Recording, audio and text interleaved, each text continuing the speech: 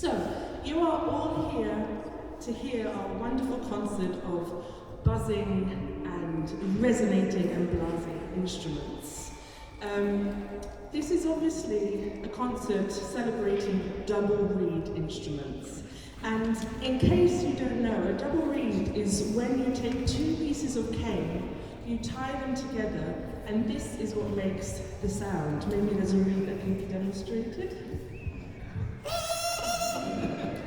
If you just pick up the wood by itself, the instrument by itself, there's no sound that can come out. So it's very important to combine the instrument with the reed. Of course, this is a very universal way of making music. It's always been done since the dawn of time, and it's a way of making music in instruments throughout the whole world. Today, in our environment, we're used to seeing an oboe and a bassoon in an orchestra or chamber music, but there's also many, many folk instruments, even here in Europe, still using double reed techniques. Even in France and Spain, there's many, many traditional folk instruments being played. But you're here because you're interested in Renaissance double reed instruments. And I have to say, this was really a flowering moment in the history of double reeds. I don't think there's any point in time when quite so many different types of double reeds existed at the same time. Now, within this family of double reed instruments, you have two types. The first type are conical. That means there's a funnel shape. You can see it clearly in the pommers and the shawms. It starts quite narrow and it flares out at the end. This has the wonderful advantage of you being able to blow extra hard and jump up an octave without any extra keys or a hole at the back like you need for a recorder. And I'm going to quickly take you through all these conical double reeds that you're going to hear tonight. The first ones are, of course, the Shawm and the pommer, or shawms as we're calling them in English. These two were really the core instruments in the 15th century. They were the loud ensemble. You had a soprano Shawm and an alto pommer together with a slide trumpet. And because at that point most music was actually three-part, this was all you needed to make wonderful, loud music for processions or in a church or for dancing. Then, as the 15th century went on and we went into the 16th century, music began to change. You began to get four-part music and a real bass line was created. And it was in the 1530s that instrument makers began to reflect this change in the compositions, and you began to build shawms that got bigger and bigger. We have the tenor shawm, which is lying down there, but don't worry. Most importantly, we have a bass shawm, and there even was a great bass shawm, which is so big. In the end, I wanted to have it to show, but in the end I thought we could hardly rehearse because it wouldn't even have fitted in my living room. It's so tall. And these instruments are very, very loud. And you can see they're also very, very big because you blow in and the air just goes whoosh until the very end. So somebody had the clever idea at the beginning of the 16th century to basically fold this instrument in half.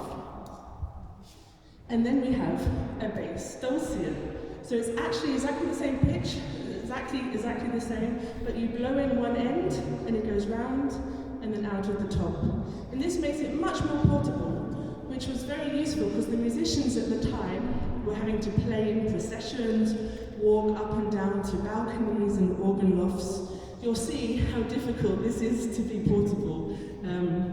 So it's great that the Dulcian was invented. And of course, that was also built in families of instruments. You even end up with a soprano one, which is just so cute. Now, it's not entirely sure who had this idea, but it's probably coming from the workshops of the Brezavšček family.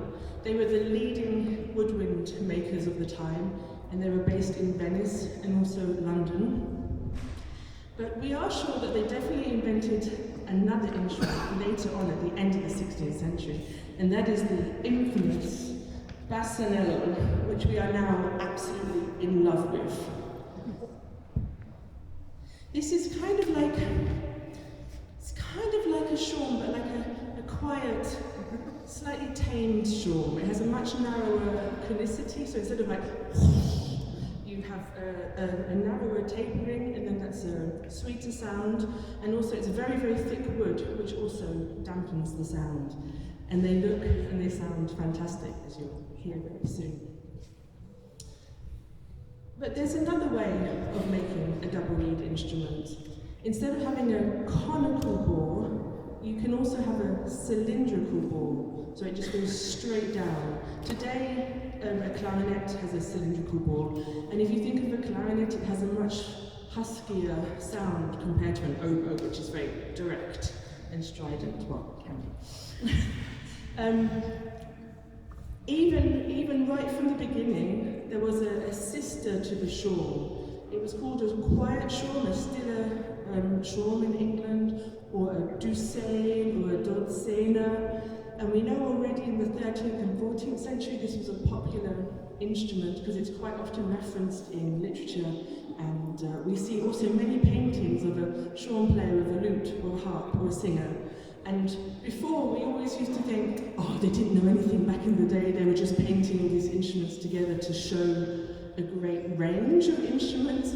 But nowadays, we're beginning to think, actually, this instrument was not a Shawm, but it could have been a Douçaine or a Dulcian. And they are wonderfully husky, soft, evocative instruments. And they've basically only got 8 notes, and then you have to drill a hole at the back to allow to have a 9th note. But it's amazing how much you can do with only 9 notes. This was obviously slightly annoying, so people did begin to have ideas of how to get more and more notes on a cylindrical instrument. For instance,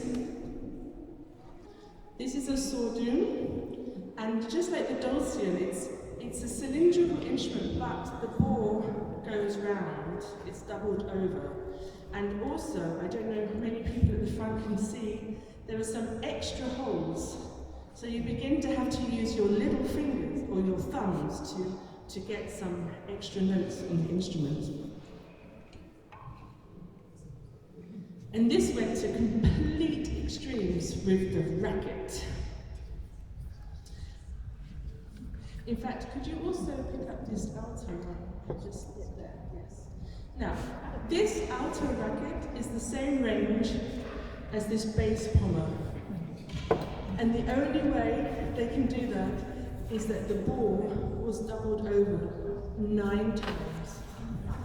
And it also has a lot of extra holes, so you can get more than a 9th. You can, off my head I can't think how many, but maybe 14 notes, 15 notes. They even want you to use the fleshy part of your finger to cover a hole. Like, you're using the tip of the finger for one hole, and then there's another hole which has to be covered by this one.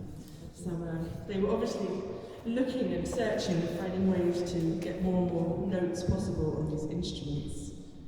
And I think this leads us to the final instrument, the infamous Crumhorn. So once again, they were built in a family of instruments, and they're famous for being loud and buzzy. A lot of people have had, questionable experiences either playing them or hearing them. Hopefully today we can buck that trend. And interestingly, these are the only instruments today we are playing which are wind-capped. So if you look, there's not actually a reed. You can't see a reed. That's because it's tucked away inside, and you just blow and you let the reed vibrate, and that also means that the sound is quite on and off because you're not having any direct control over the reed.